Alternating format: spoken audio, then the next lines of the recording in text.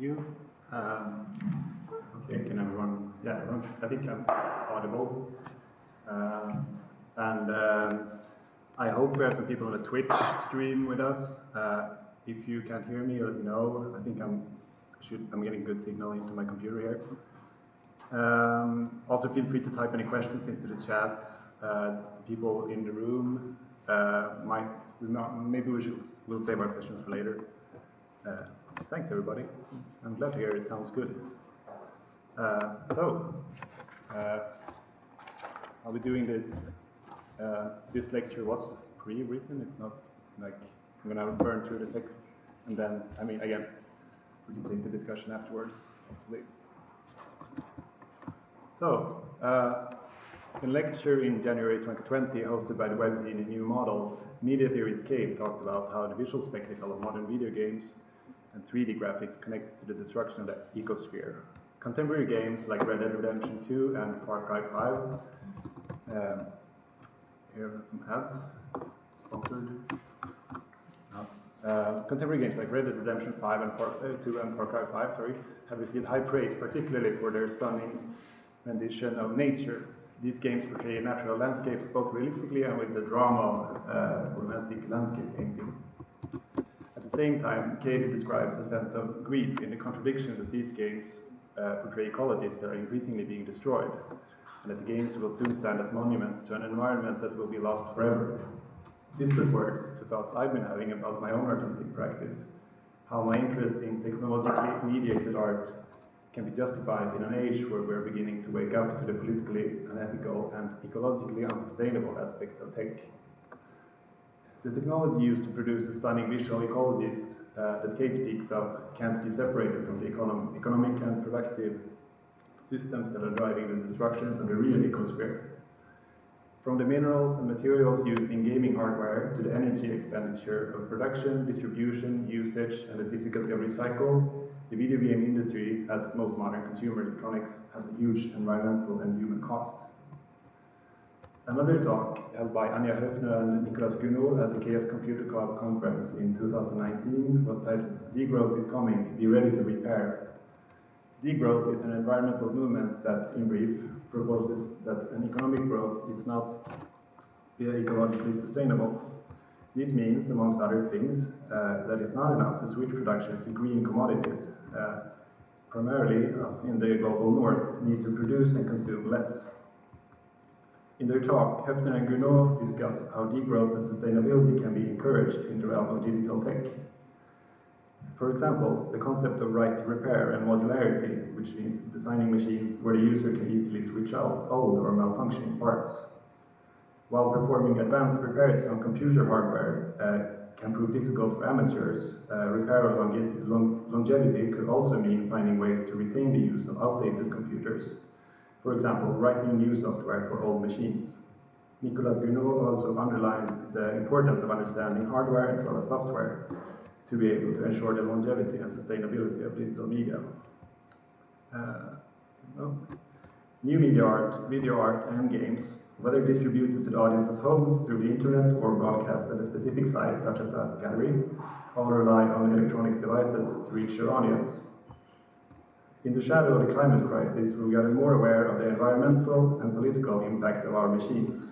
In this lecture, I will use the field of video game 3D graphics as a case study to investigate the ecological implications of digital aesthetics. I will try to propose alternative aesthetic and artistic practices that could lessen the environmental impact of digital audiovisual artistic distribution and presentation through encouraging technological degrowth. I will use the term video game both for games played on personal computers and video game consoles like the PlayStation, and I will not differentiate between these technologies in my argument, though there are technical differences that might be approached differently in a deeper analysis. So, let's move on. 3D graphics are handled by a graphics processing unit, also known as a GPU or a graphic card. The GPU is specialized in solving many comparatively simpler processes simultaneously, millions of pixels or polygons continuously changing their color value or position in 3D space. Powerful graphic units have steadily increased in sales since the mid-90s. See on this graph here. Unfortunately, I couldn't find one that reaches all the way to 2020, but this is the most up-to-date information I could find. So going from graphic cards during this time have gone from mainly being of interest to gamers to being integral in almost all computers due to, for example, the demand for high definition video streaming. The microchips that form the actual graphic processor, like this NVIDIA chip, are produced under extremely demanding conditions in hermetically sealed and clean rooms, causing huge energy expenditure and carbon emission. The process also implies perfluorocarbon gases, which are potent carbon gases that, if released, are extremely dangerous to both the climate at large and any living beings in their immediate surroundings. Development in computer graphics have largely been driven by the gaming industry, where some of the most successful video games have been those that have pushed the envelope of the existing technology through smart design and programming. It's no coincidence that graphic card sales increased after 1996, around the time of one of the biggest innovations in computer game history, which is the release of Quake. Quake is programmed by John Carmack of ID Software, and it is considered the first truly three-dimensional game. Game creators have been experimenting with simple 3 or 2.5 dimensional graphics for some time, but Quake is considered the first true 3D PC game. And here we see the protagonist, the Quake guy. I don't know if he actually has a name, but this is what he looked like back in 1996. This level of sophistication, actually creating the first 3D game, was achieved in part through optimizing the game code to run as efficiently as possible, freeing up processing power to render these complex graphics. Michael Abrash, who also worked as a programmer on Quake, demonstrates in his book Graphics Programming Black Book that different strings of code performing the same task could differ hugely in execution time depending on the design of the process and the use of low-level versus high-level programming languages. For example, assembly language is a low-level programming language, which means it's not adapted for human understanding. It's very far from English, whereas C#, for example, is comparatively easy to understand. But that means assembly language is able to act more directly and require less translation to work, which executes its tasks faster. So while you probably needed a good computer, like a decent computer for the time to run Quake in '96, it wasn't made for a brand new console or like a system, but for the same computers that people actually owned at the time. So this achievement, this huge achievement in video game technology, was not reached through new hardware or new technology, but by smart programming and understanding of the functions of the computer to optimize the code, as I was talking about. While this in itself, of course, ushered in an era of technological innovation, this process of getting the most out of the available hardware could theoretically be a strategy for degrowth. Inversely, I would claim that there hasn't since been an innovation that has changed the nature of the video game medium as much as Quake. Graphics have improved, but they have primarily improved quantitatively by being able to handle more polygons. And a polygon is a geometric figure made up of several straight lines. A polygon is the smallest building block in a 3D model. It's like a pixel in a two-dimensional image. And polygons, the amount of polygons decides how detailed or organic the model can look. So here we see a low polygon count model and a comparatively high polygon count model. I think purists would call this medium level. It's not photorealistic, but 3D graphics are essentially lists of where in this virtual space that any of these polygons are located right now. Then a code called the renderer adds a texture, color, lighting, etc. to these polygons. So this, for example, is a texture of Quake guy, and it's wrapped around this model, which would be like gray. Before, like it is pretty much like gray before we apply the texture, which gives it its color and other properties. So after the shader replies all these functions, the image is rendered, which means it's turned into a two-dimensional image, which we can see on a screen, as is happening right now. A 3D animated film is rendered only once and saved as a sequence of two-dimensional images. The simulation of 3D space is then frozen, in a manner of speaking, to a certain camera angle, etc. A game or any other form of interactive, fully three-dimensional graphical simulation needs to be rendered and re-rendered constantly to allow objects or camera view to move around. The amount of polygons that can be rendered at the same time at any given update cycle of the monitor or projector in this case determines if a 3D game can run smoothly or if it will lag. As demand for more realistic and visually spectacular game graphics has increased, graphics processors have had to increase the amount of data they can process simultaneously.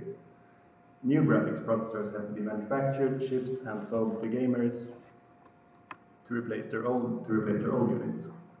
Apart from the environmental impact of increased consumption of electronic goods, more complex chips also mean a more complex manufacturing process with higher energy expenditure, carbon emission, and pollution. Besides the material and energy required for production, running advanced game machines also requires electricity.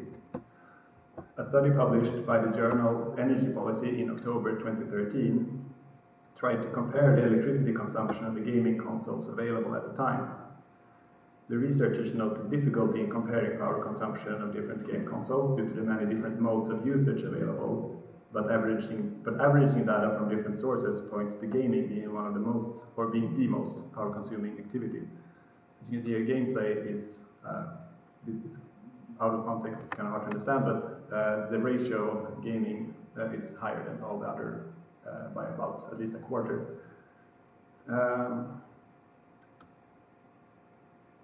Right. Other activities like browsing the internet or watching movies, as we can see here, that presumably did not involve complex 3D graphics, showed a lower energy consumption throughout most studies. It can be assumed then that advanced graphics processing is significantly power consuming. Yeah, it's difficult to say if the development of new graphics technologies is driven by the desire for more complex, or more realistic visuals, or if the growth imperative is imposed by the manufacturers of technology that old equipment needs to be made obsolete through increasingly complex demands in order to sell its replacements. Probably both. A Marxist analysis by someone who knows Marx well, better than me, could probably be illuminating on this subject.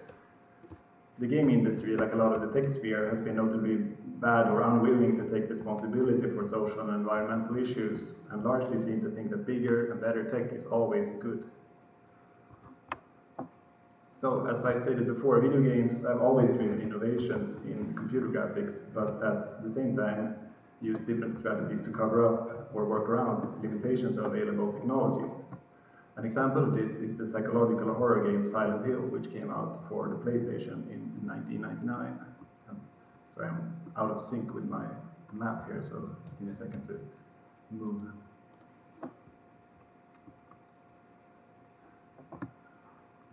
So, Silent Hill, visually, the game employs fog, darkness, and generally like a limited field of vision, which not only provides a creepy atmosphere, but technically it allowed the game to process fewer models, fewer game objects at the same time. So fewer polygons means like less processing power required.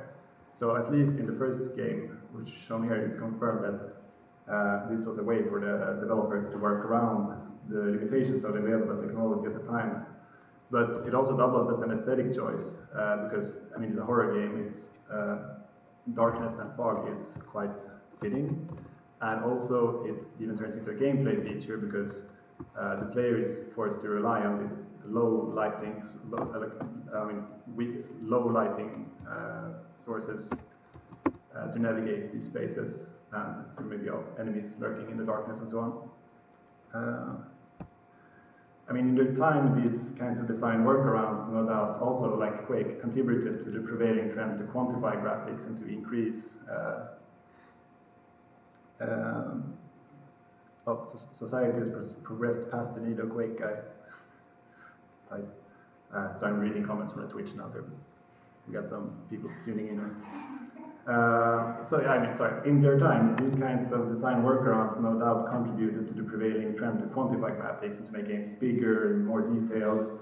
But what if they could instead be used as examples on how to scale back technological demands while still conveying an aesthetically and conceptually interesting game experience?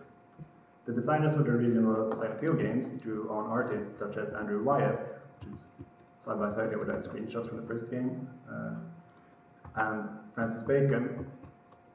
And the plot of Silent Hill 2 which is considered one of the greatest video games of all time, is inspired by the novel Crime and Punishment by Dostoevsky. The graphics and other technical aspects of these games were like okay upon release, they were fine, but they weren't revolutionary. But the reason these games are so beloved is for the aesthetic and the storytelling.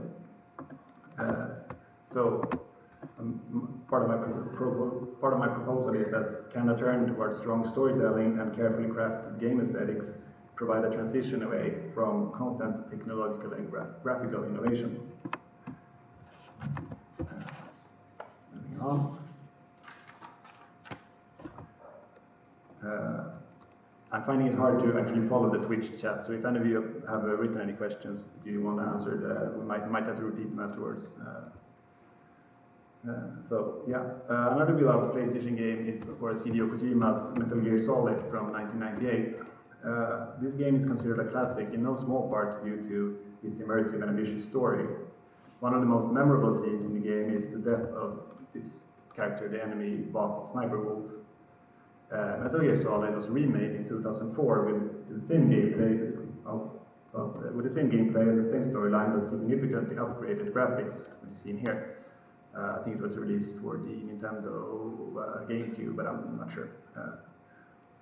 Looking at online discussions, it's clear that fans of the game prefer this scene from the first, or consider the scene as portrayed in the first game, which you can see here, to be much more moving in the first than in the remake, despite the graphics being like quite crude and blocky compared to the updated graphics of the remake.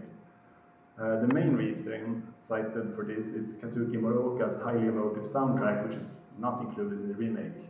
And sorry, you can't hear it right now, but so imagine this like Lego characters, which you might be hard pressed to feel any sort of sympathy for.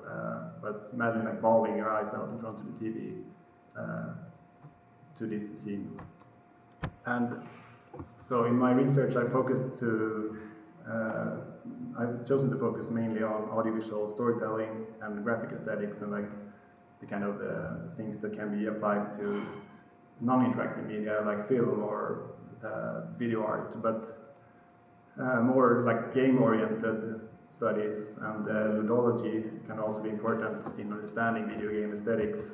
This scene is preceded by a like high-intensity, very, very gamified combat scene where the player fights Sniper Wolf. It's clever sequencing of different game modes, adrenaline-inducing action versus emotive movie-style storytelling, it's like activating the player's body versus activating their mind or emotion lends further weight to this scene by juxtaposition, again with the quality of graphics having little importance to the dynamic of this experience.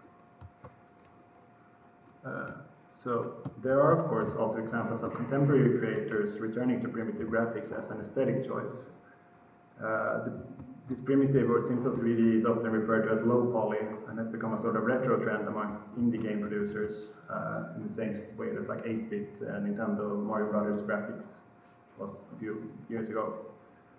Some game hobbyists have even produced custom shaders that limit the performance or limit the processing of the game to exactly what the first PlayStation or the second PlayStation or whatever could produce, or using the same type of technological methods as these machines used. In the art world, artists like Jerome Braxton or John Rathman can also be said to fall under the low poly or primitive 3D aesthetic. Here's a short clip from a short by Jerome Braxton, and this is John Rathman.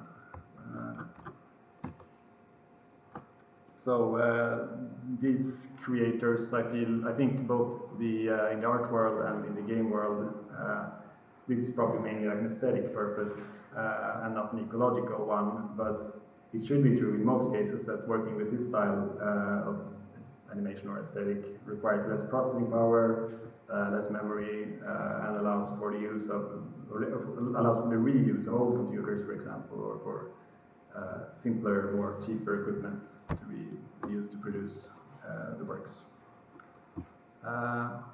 And yeah, as I've been saying, I'm trying to focus in on the field of 3D graphics as part of a research, like a longer research of mine, as a way to look at digital aesthetics or digitally mediated aesthetics in a larger sense, and in a sense that could also maybe be more relevant for people working in the art scene and not in the game scene. While 3D graphics is especially technically intensive, the same growth imperative and the quantification of aesthetics can be found in, for example, film and video art. 4K video, it's 3840 by 2160 pixels, and it's the high format of the, I mean, I think I've even heard like 8K is becoming a thing now, but 4K is still a word in there of professionalism and quality simply because it's bigger. There's more pictures, more pixels in the picture. And in most smaller applications, like for example, in a gallery, in a projection of about this size, it's very, very hard. I would almost say impossible to tell the difference by a human eye. While, I mean, there are applications, or like situations where the application of 4K resolution is necessary, you have super small details, but on the whole, I feel like artists kind of buy into this format because it looks or feels more professional, and I think artists who do this will find themselves having to rent or buy very, very expensive equipment to present their works. To little aesthetic advantage. I even read recently that many 4K projectors on the market are, like, I didn't quite get the details of this, but for some reason many 4K projectors on the market aren't actually displaying in 4K resolution. They somehow overlap the pixels and kind of squeeze the 4K resolution number of pixels together into a smaller number. I don't know, this might be less common these days, but it also goes to show how these things are like more of a marketing ploy than like actually something that's, or necessarily something that's technically true. If you decide to do work, or if you are content to do work that by contrast functions on an HD level projector, like that kind of equipment can be found cheap or for free even, which is often the case with earlier generation technology. Like old stuff is cheap, old stuff is often free. So, as a strategy or as a mode of operation, this ensures the longevity of the work by not confining it to a certain technological medium. It's relevant for artists interested in self-organization and small institutions lacking the economic measures to invest in Ultra HD equipment. It can hopefully counteract the growth imperative of visual media, allowing for media and equipment to be distributed more justly and to halt ecologically disastrous production cycles. I've been, like as a hobby, kind of collecting these clips from YouTube of old movies of VHS rips. As you can see at the bottom of the screen, you have this characteristic VHS distortion, while I realize it's shot on film originally, but I mean, if you can make something that looks this good and present it in such a, like, I would make the case that if you can make something look this good at resolution as low as VHS tape, then what does that say about like the need for 4K resolution? I mean, I realize that everything has its purpose, but I think it's worth considering. So I'm nearing the end of my desert exodus, and I believe, in conclusion, that it's necessary for humanity not to abandon technology or even technological innovation as such, but to stop the growth imperative whose objective is simply more of everything, more polygons, more pixels, more processor cores, more units sold, more profit. Instead, we need to innovate better. The challenges faced by computer game designers trying to create something fantastic on a limited technology can be an inspiration on how to continuously work to get the most out of our existing technology, instead of opting to constantly scrap and replace. And as artists, our strength might not be in rewriting the code and making the machines function in new ways, as the programmer geniuses that made Quake and whatever do, but rather our creativity and aesthetic sense applied to the technology at hand can be used to create moving, profound, and enjoyable artistic experience that can be durable over time and ecologically sustainable. So, thank you.